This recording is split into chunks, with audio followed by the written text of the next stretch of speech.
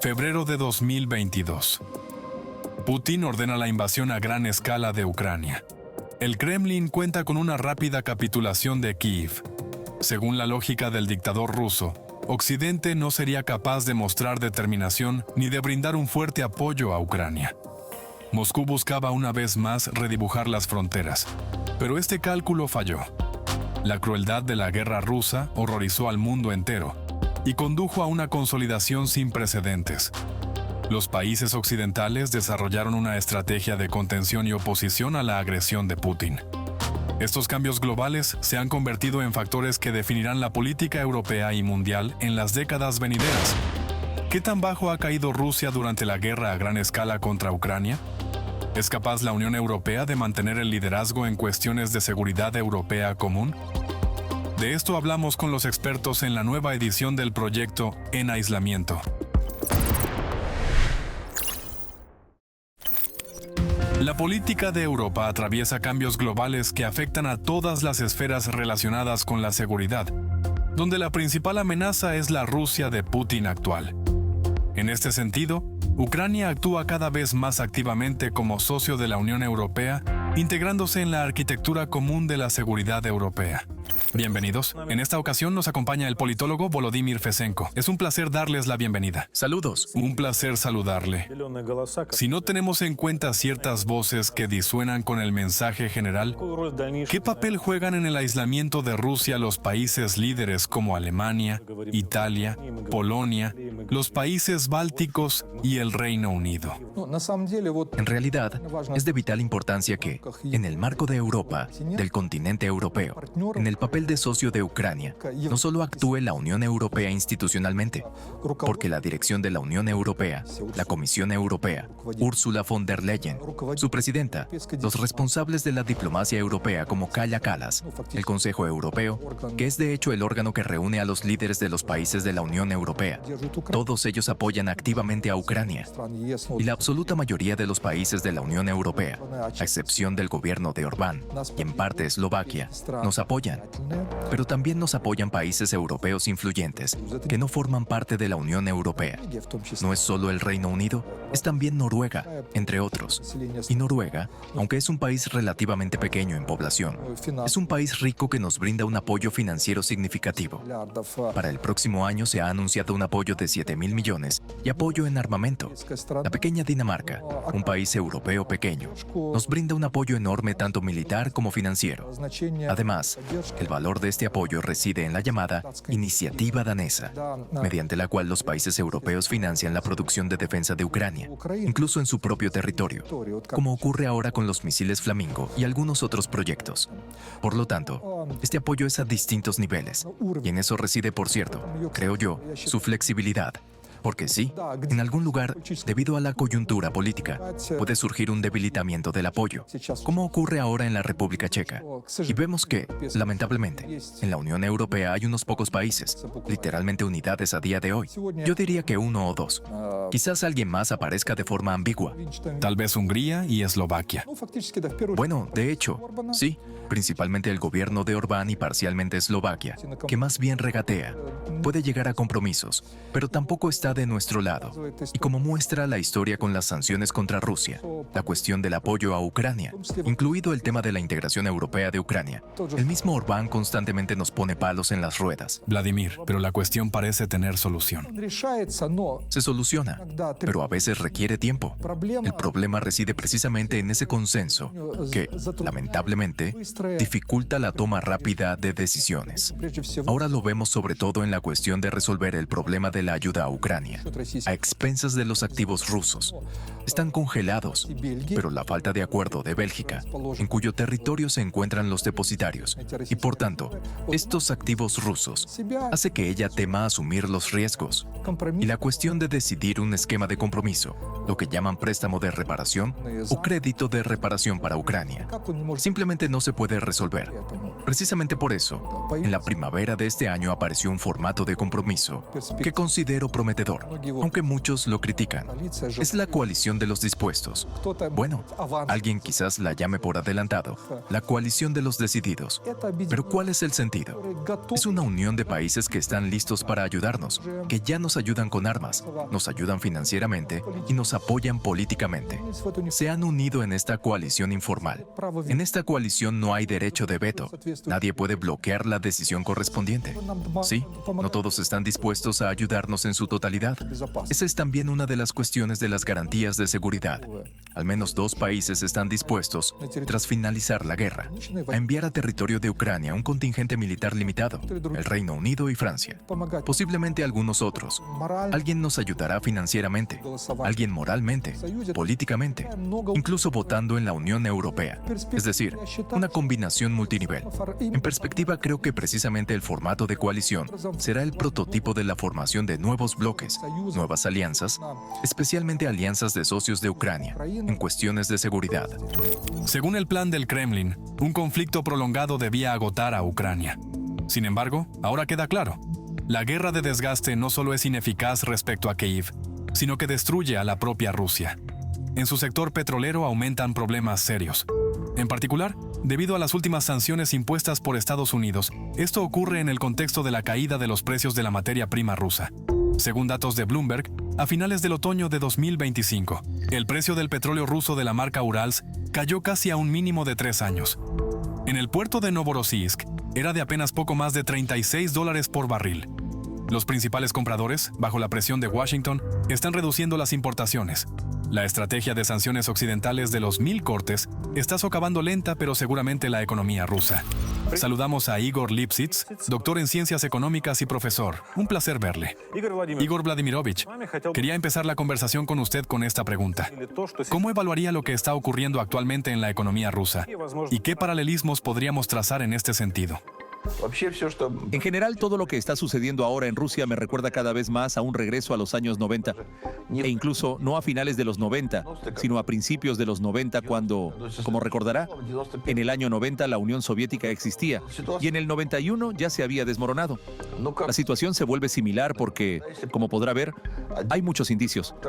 En aquel entonces, si recuerda, uno de los factores principales fue la caída del precio del petróleo, y eso socavó de inmediato la base económica de la existencia de la Unión Soviética. Ahora estamos viviendo exactamente el mismo periodo de caída sostenida del precio del petróleo, y no sabemos hasta qué nivel caerá ni por cuánto tiempo. Y esto lo noto, perdóneme, no solo yo. Sobre esto ha escrito el Banco Central de Rusia. El gobierno escribió que vemos una situación muy similar a aquel terrible periodo de 18 años, tras el cual se desintegró la Unión Soviética y luego vinieron los difíciles años 90 en Rusia. Pero ciertamente, durante los años de la guerra, la propia Rusia ha cambiado mucho. Se está cerrando cada vez más en cuanto a contactos con Europa. Y antes el modelo de Europa y Rusia estaba claro. Europa compraba materia prima rusa. Rusia compraba a Europa tecnología y bienes de consumo. Así fue durante mucho tiempo. Y ahora, debido a la guerra y las sanciones, Rusia prácticamente ha cerrado casi la ventana hacia Occidente. Es decir, han quedado, en general, 2 pequeñas ventanas. Un ventanuco, el servicio, el puerto cerca de San Petersburgo. Y, en consecuencia, en Rusia prácticamente todas las ventanas a través de las cuales Rusia se comunica con el mundo e intenta enviar sus petroleros han desaparecido. Así que prácticamente Rusia se ha girado hacia China. Y en ese caso todo el territorio, por decirlo crudamente, al oeste del Volga, no representa valor para el resto de Rusia. A través de este territorio no pasan flujos de tránsito de carga y, por tanto, surge la pregunta, ¿para qué? Si yo no extraigo en Siberia Occidental y lo envío a China, ¿para qué necesito a Moscú, que no participa en absoluto en este proceso? ¿Por qué se lleva todo mi dinero y por qué me crea una vida increíblemente difícil? Moscú comenzó la guerra y yo en la región de Tiumen no tengo gasolina. ¿Qué es esto? ¿Por qué debo sufrir por algo que se hace en Moscú? Todo esto son signos de esa duda sobre la existencia razonable de un Estado centralizado único, que existieron en la Unión Soviética y al final se convirtieron en una desintegración muy rápida de la Unión Soviética. Ahora observo los mismos signos en Rusia. Unos de los principales beneficiarios de la crisis del petróleo y gas en Rusia han sido China e India. De enero a septiembre de 2025, más del 80% de las exportaciones rusas de crudo se dirigieron precisamente a estos países. Sin embargo, bajo la amenaza de sanciones secundarias, las importaciones desde la Federación Rusa a China se redujeron casi a la mitad. La corporación india Reliance Industries ha aumentado las compras de petróleo de los Estados Unidos y de países de Oriente Medio, en particular de Arabia Saudita, Irak y Qatar. Turquía también reduce la importación de materia prima rusa. Ankara ha ampliado la cooperación con los competidores del Kremlin en el petróleo, Irak y Kazajistán. Igor Vladimirovich. Y si miramos lo que está ocurriendo actualmente con la venta de petróleo y gas por parte de la Federación Rusa, teniendo en cuenta aquellos estados que ya están renunciando a las compras correspondientes, Rusia es un país que vive de la exportación de petróleo, en menor medida de la exportación de gas, aunque eso siempre fue muy vistoso. Pero si miramos los resultados financieros, la exportación de gas siempre daba mucho menos dinero que la exportación de petróleo, por lo que Rusia es realmente una torre de perforación disfrazada de país. Pero el problema es que Rusia, al crear esta situación de sanciones, al emplear este instrumento de las armas y la guerra contra Ucrania, se ha convertido en un país tóxico.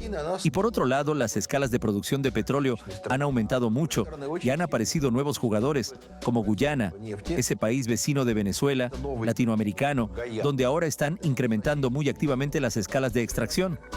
Es decir, en este sentido, han aparecido muchos jugadores, incluso fuera de la Organización de Países Exportadores de Petróleo, deseosos de vender petróleo en el mercado mundial y totalmente, ¿cómo decirlo?, no muy amigables hacia Rusia, porque Rusia es un competidor. ¿Y para qué necesitamos un competidor? Y todo esto junto se sumó a una situación en la que el precio del petróleo comenzó a caer, y al caer el precio y caer los volúmenes que el mundo necesita de Rusia, caen los ingresos rusos y surge esa misma situación de la que usted hablaba, que Rusia no puede ganar dinero para su existencia. ¿Y por qué? Pues porque no vende nada más. ¿Algún equipo de construcción industrial? No, no hay. Productos de software, algunos servicios, Internet. Rusia no vende nada, no presta servicios de ninguna manera. Incluso aquellos que hacían en Rusia algunos componentes de software o de juegos se han ido de Rusia. Hoy observamos el rápido debilitamiento de la influencia rusa, tanto en Oriente Medio como en el Cáucaso Sur. Hasta hace poco, Rusia se posicionaba como el principal árbitro en el proceso armenio-azerbaiyano. Pero ahora las partes mantienen el diálogo sin la mediación del Kremlin. Los países de Asia Central se orientan cada vez más hacia China como el principal garante de seguridad en la región. Además, la Unión Europea amplía sus contactos con los países de Asia Central, discutiendo el desarrollo del llamado Corredor Central, una ruta de transporte transcaspiana. Esta vía se considera un corredor alternativo que conecta China y la Unión Europea a través de Asia Central, el Cáucaso Sur, Ucrania y varios otros estados. Vladimir, ¿qué papel desempeña en esta coacción o, digamos, presión sobre Vladimir Putin y todas las élites del Kremlin el hecho de perder básicamente la influencia de la Federación Rusa, al menos en el espacio postsoviético, en la misma Asia Central? ¿Comprenden ellos que están perdiendo y no ganando por llevar a cabo una guerra contra nuestro Estado? Creo que existe esa comprensión. Simplemente no quieren admitirlo públicamente. E incluso creo que admitirlo significaría admitir su propia debilidad. Pero es evidente para todos. Se nota, por cierto, en Rusia, la pérdida, quizás no total, pero creo que estratégicamente Rusia ya ha perdido a Azerbaiyán. Azerbaiyán de por sí no era parte de todas estas construcciones postsoviéticas que se construyeron en Rusia. Me refiero a la Organización del Tratado de Seguridad Colectiva, la Unión Euroasiática. Definitivamente no quiere ser vasallo del Kremlin, sino que quiere llevar a cabo una política independiente, tanto en el Cáucaso Sur como en el espacio postsoviético y en la región de Oriente Medio. Aún más reveladora es la situación en Asia Central, la antigua Asia Central soviética. Es muy evidente que prácticamente todos, o la mayor parte de los estados de esta región, especialmente los estados grandes como Kazajistán y Uzbekistán, están utilizando activamente una política multivectorial. Están construyendo un equilibrio de intereses en un triángulo: Pekín, Washington y Moscú. Y aunque el mismo Kazajistán, por ejemplo, es miembro de la Unión Euroasiática y allí declararon alguna nueva asociación estratégica.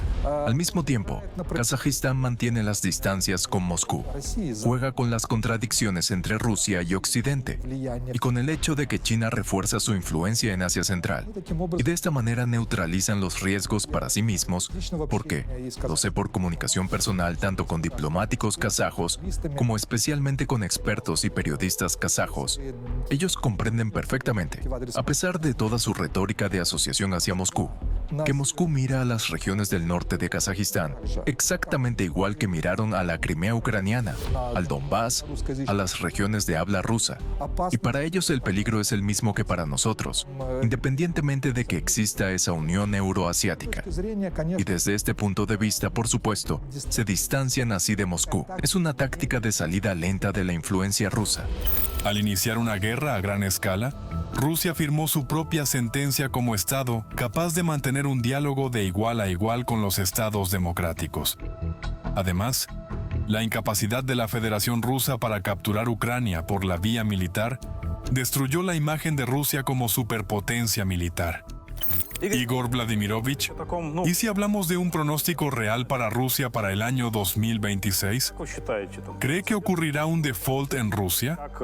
¿Y cómo afectará la propia situación económica a los rusos? Cuando empecé a decir esto, que a Rusia la iban a recortar de la economía mundial en 2022, muchos de mis críticos dijeron que estaba diciendo tonterías, que tal cosa no podía ser, que no se puede eliminar a Rusia de la economía mundial, que sin eso la economía mundial no viviría, que sería como una catástrofe mundial. Todo se derrumbaría, Europa moriría, el mundo se tambalearía, la gasolina sería inalcanzablemente cara en todo el mundo. Los presidentes estadounidenses dimitirían uno tras otro debido a la gasolina cara en las gasolineras estadounidenses. Han pasado 4 años de guerra y vemos que nada de eso está ocurriendo.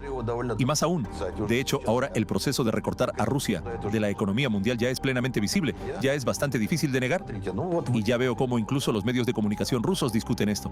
Porque, fíjese, resultó que Europa sufrió al renunciar al gas y al petróleo ruso. Sí, tiene dificultades, pero no ha muerto. Continúa viviendo e incluso financia a Ucrania en su lucha contra Rusia. Busca otras opciones de existencia. No murió, no. El resto del mundo también, en general, no solo empezó a comprar con gusto petróleo ruso barato, sino que también puede sustituirlo. Vladimir, ¿cómo evaluaría la disposición de los Estados Unidos y personalmente de Donald Trump para trabajar y actuar con más dureza respecto al Kremlin y a Vladimir Putin? Teniendo en cuenta que, como señaló recientemente el presidente de Finlandia, Alexander Stubb, Estados Unidos se ha convertido básicamente en un látigo y no en una zanahoria para Moscú. Bueno, ese es precisamente el problema, sobre el látigo y la zanahoria. Bueno, es un método tradicional. Esas imágenes surgieron y se usan ampliamente ya desde el siglo XIX. Y a Trump le gustan esas metáforas. Por cierto, a sus asesores, incluidos Keith Kellogg y algunos otros, también les gustan. Incluso antes de que Trump fuera presidente, se le propuso precisamente el método del látigo y la zanahoria, tanto con respecto a Rusia como con respecto a Ucrania. Solo mencionaré un ejemplo de cómo esto podría funcionar, el tema de las armas para Ucrania. Porque sobre el apoyo financiero ya entonces no se hablaba, más bien al contrario. Pero el tema de las armas para Ucrania, si los ucranianos no quieren negociar la paz, entonces se nos podrían limitar o cortar los suministros de armas estadounidenses. Y si Rusia está en contra del fin de la guerra, entonces hay que reforzar los suministros de armas a Ucrania. ¿Y cuál es el problema de Trump y su administración? Esta recomendación práctica sobre las armas se implementó en escalas limitadas con respecto a Ucrania. Gracias a Dios no en su totalidad, sino más bien con indirectas. Pero con respecto a Rusia este método por ahora no funciona. Solo hay indirectas y lo más general, una tendencia positiva, en la que puedo estar de acuerdo con la posición del presidente de Finlandia, Alexander Stubb, es que Trump finalmente ha empezado a reflexionar sobre el uso del látigo con respecto a Rusia. Pero, ¿cómo ocurre esto? No es tanto el uso del látigo contra Rusia, sino una demostración. Ahora voy a sacar este látigo y verás cómo lo uso contra ti.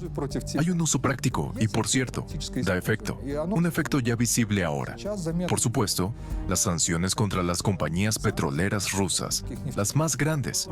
Creo que esto puede funcionar a futuro, pero solo en el caso de que no sean solo sanciones, incluidas las secundarias contra quienes compran petróleo ruso, sino si en este paquete de presión, si en este paquete de látigo contra Rusia, también se incluyen suministros de armas a Ucrania y además armas de largo alcance. Por eso es necesaria una presión integral, desde la posición política sobre las negociaciones hasta las armas de largo alcance y el refuerzo de las sanciones contra Rusia.